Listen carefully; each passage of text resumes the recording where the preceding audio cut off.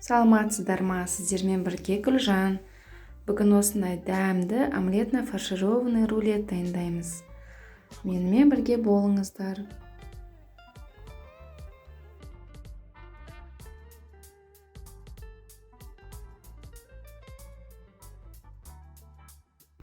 Бізге бірінші омлет дайындап алу керек. Ол үшін 5 жұмыртқа, 2 қасық қаймақ, сыр және тұз бен қара бұрыш керек.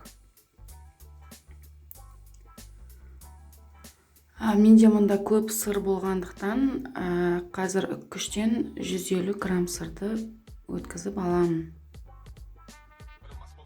Қандай сыр қолдансаңыз да өзіңіз білесіз, бірақ міндетті түрде твердый сыр болу керек.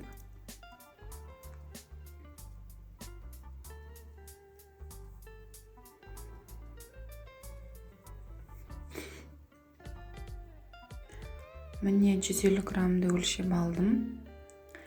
Енді бір ыдысқа 5 жұмыртқамызды саламыз. Үстіне 2 қасық қаймақ саламыз. Және үстіне тұз бен бұрышымызды көз мөлшермен дәміне қарай салып аламыз. Енді осыны миксермен жақсылап біркелкі болғанша араластырып аламыз. Және оның үстіне сырымызды салып, тағы да араластырамыз. Барлық масса біркелкі болғанша.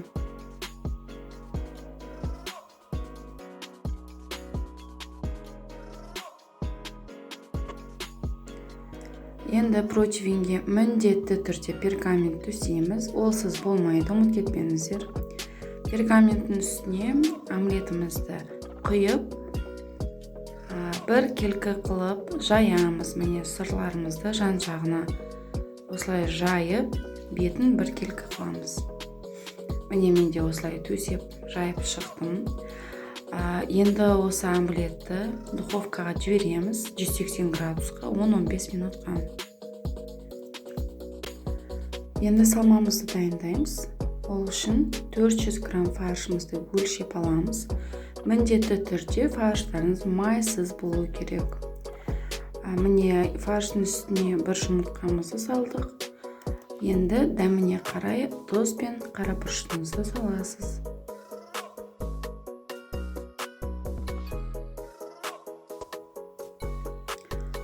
Жақсылап қолмен араластырасыз біркелкі қылып.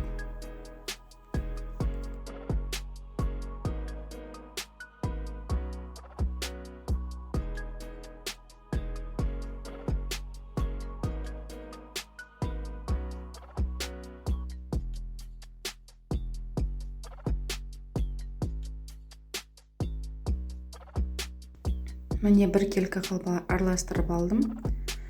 Енді менде омлет пісті духовкада. Міне осындай әдемі болып шықты. Бетіне жаңағы салмамызды, фаршты піскен омлеттің бетіне теп-тегіс қылып жайып, қолмен әдемілеп жайып шығамыз.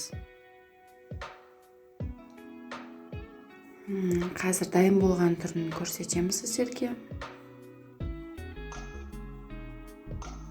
Міне осылай мен әдемілеп жайып шықтым біркелкі қылып. Ал енді осыны рулет қылып ораймыз. Омлетіміз пергаменттен өте оңай ажырайды, уайымдамаңыздар. Міне тез-тез осылай орап аламыз.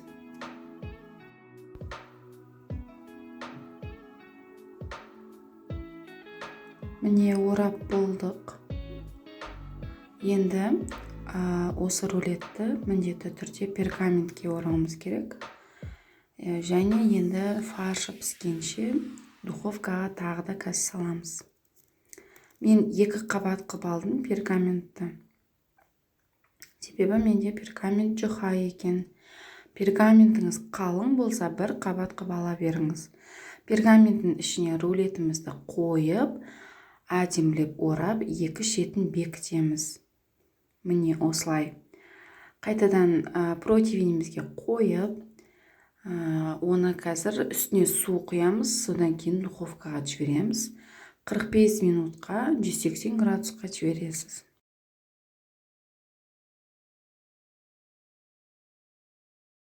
Міне достар, біздің рулетіміз дайын болып шықты.